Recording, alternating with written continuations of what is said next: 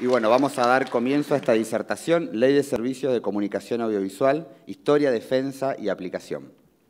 La verdad que es un gusto compartir este panel, estar aquí hoy en Mendoza.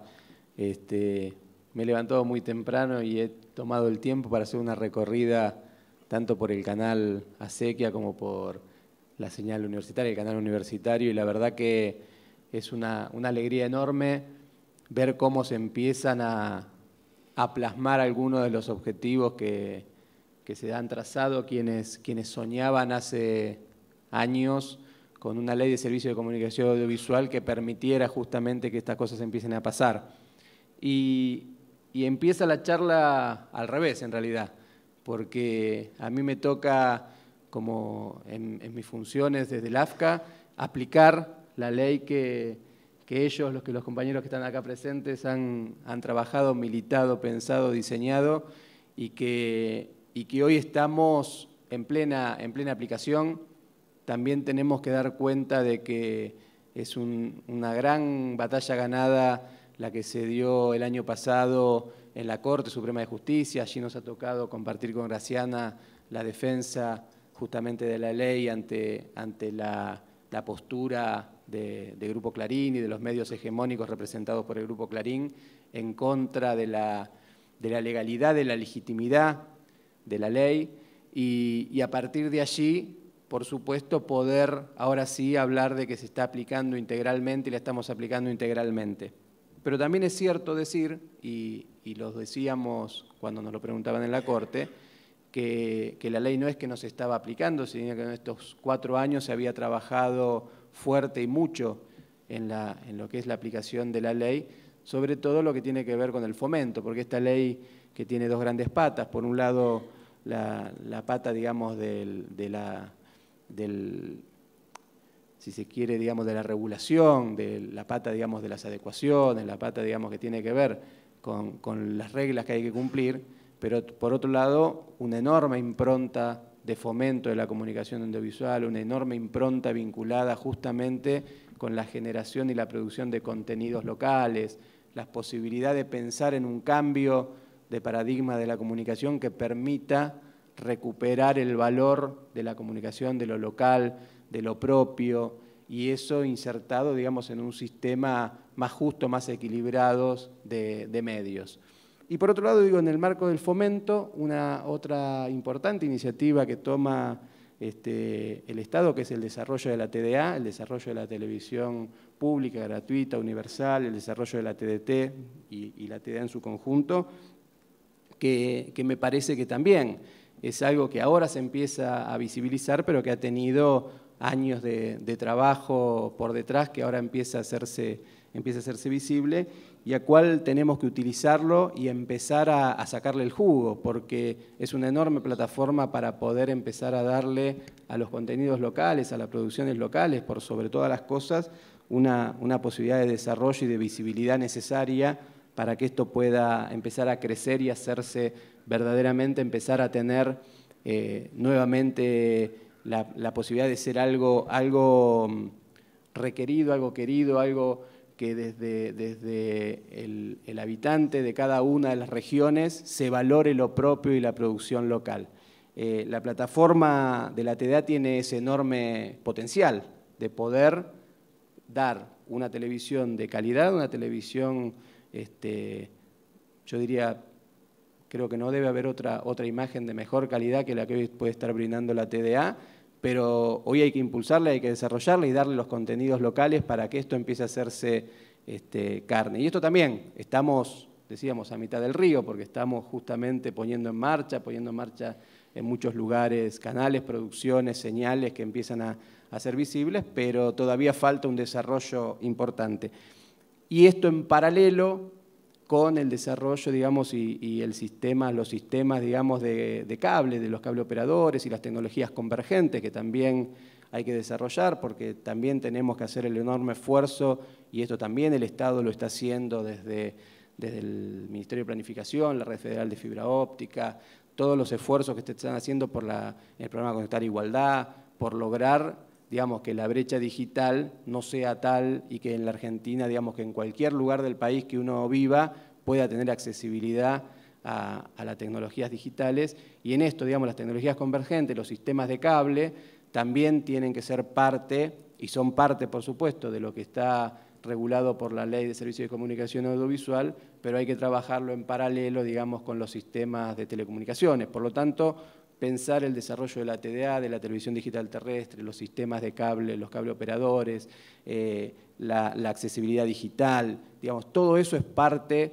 del debate y de lo que se está administrando. Y en esto la herramienta construida por la ley nos da justamente la posibilidad de ir interactuando con los distintos actores, con los distintos organismos del gobierno que trabajan en esta temática, y esto es hoy el eje del trabajo del AFCA. Ese anteproyecto,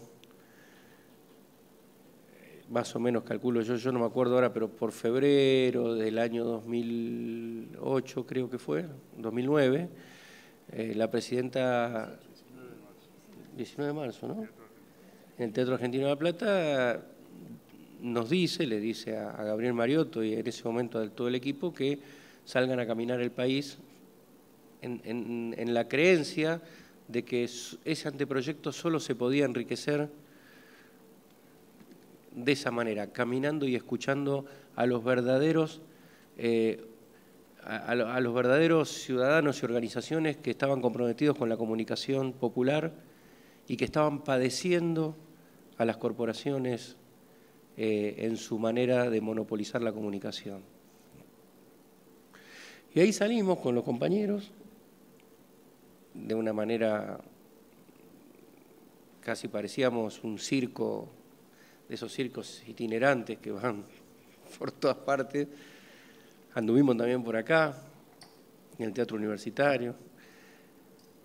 Estuvimos en Corrientes, donde nos cerraron las puertas y de la escuela que nos habían prometido, y cuando llegamos la directora dio la orden porque el gobernador le había dado de que esa audiencia, de que ese foro no se hiciera. Lo hicimos en una plaza con un sonido que nos acercaba a la gente de aquellas radios que llamaban truchas y que no podían emitir porque les decomisaban los equipos, por las denuncias que hacían generalmente los que ya tenían el poder de tener su medio y monopolizar la radio o la televisión. Y íbamos a veces con Graciana, a veces con Gustavo Bulla, como coordinadores de estas mesas que duraban a veces un día, 2 días, escuchando todas las opiniones, pero esas opiniones no quedaban en saco roto, esas opiniones modificaron tiempo después el 80% del texto de la norma.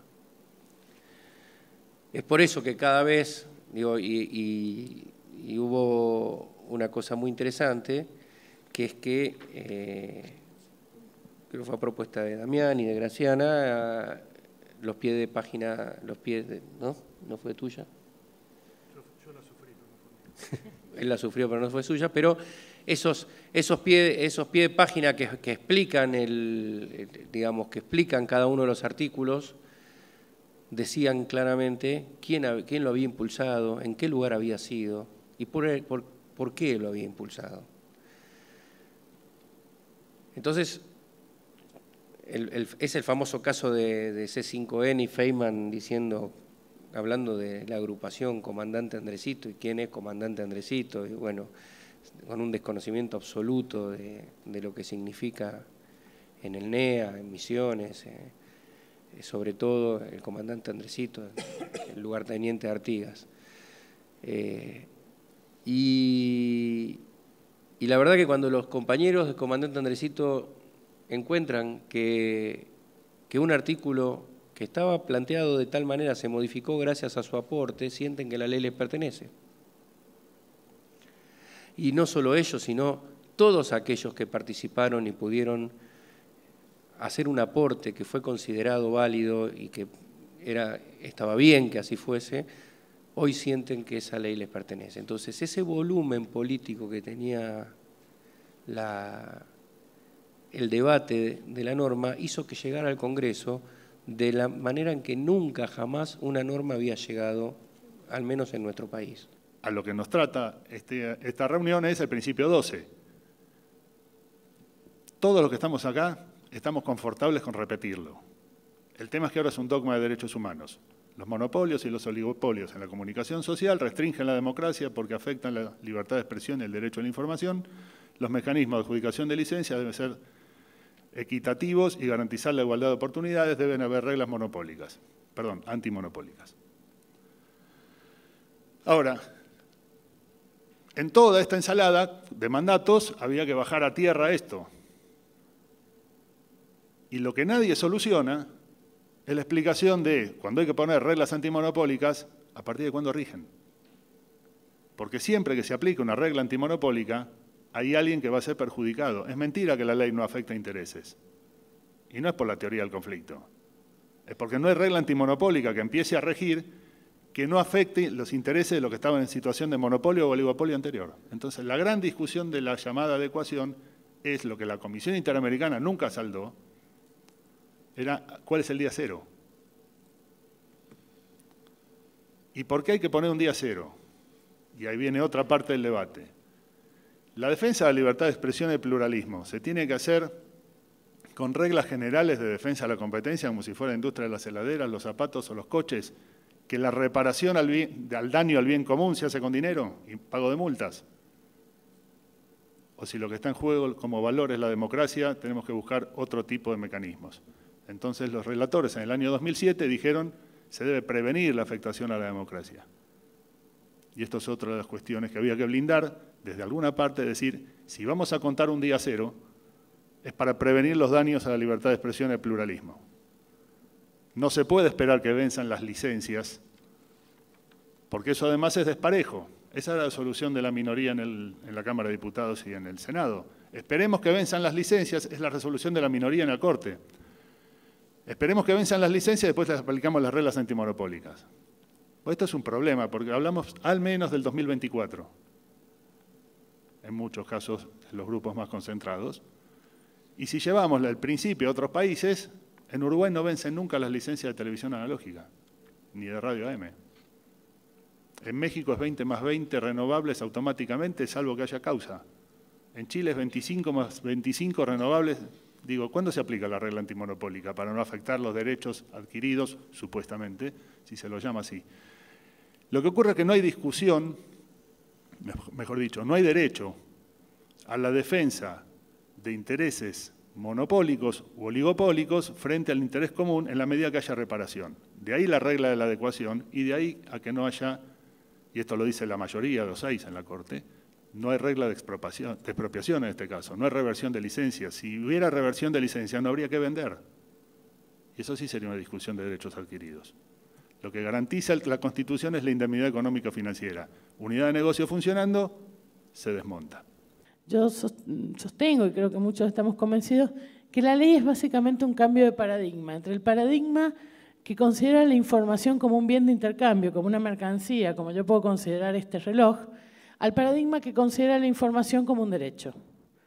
Tal vez la mejor manera de entender eso sea recordar la discusión antes de la sanción de la ley de lo que fue el programa Fútbol para Todos.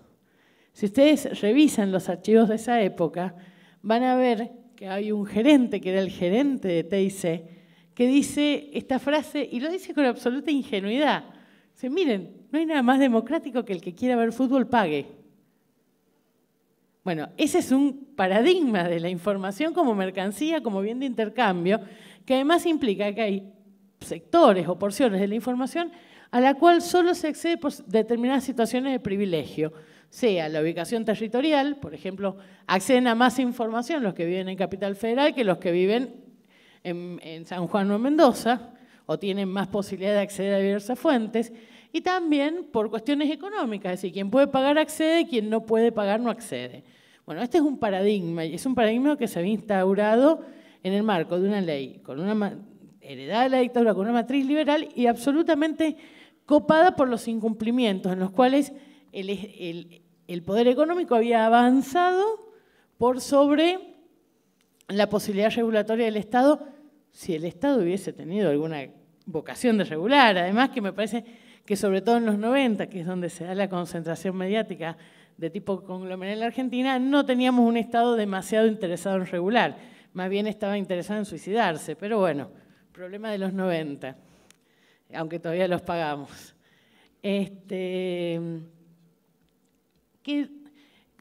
¿Por qué les digo esto? El otro paradigma es el que propone la ley. Dice, la información es parte de un derecho humano que es el derecho de acceso a la información.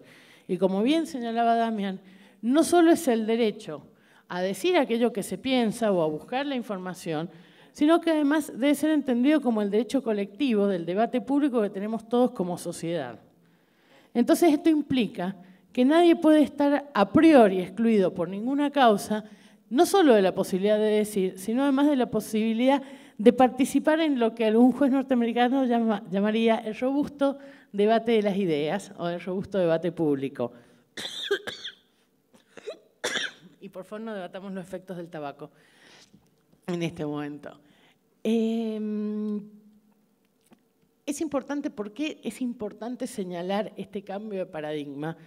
Para hablar es para entender cuál es la contradicción primaria en la cual se va a dar tanto la discusión judicial de la ley como la aplicación de la ley. Porque también le asiste mucha razón a quienes manifestaron acá, que por supuesto que se tocan intereses, pero no solo se tocan intereses que tienen que ver con cuánto dinero ganás, que se está en discusión el dinero y mucho dinero, sino además se tocan intereses en cuanto a las situaciones de privilegio para formar desde perspectivas determinadas este debate público.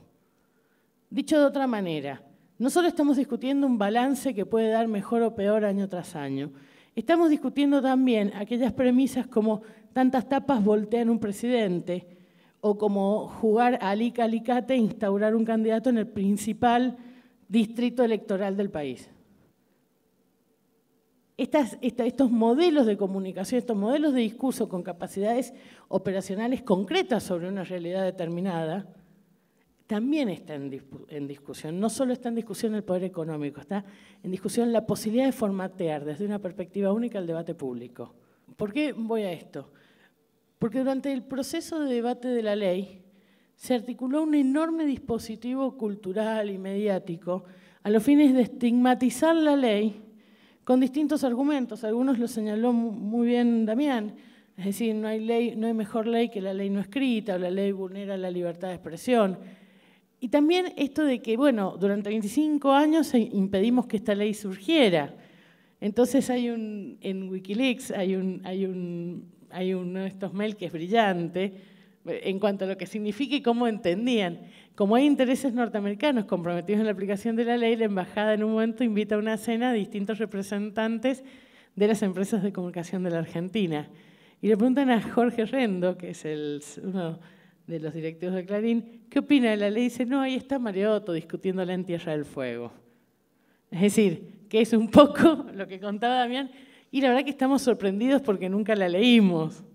Es decir, estaban acostumbrados a que cualquier intento de regular su propia actividad no fuera consensuado con la ciudadanía, ni siquiera con la política, sino que fuera consensuado con los dueños del poder.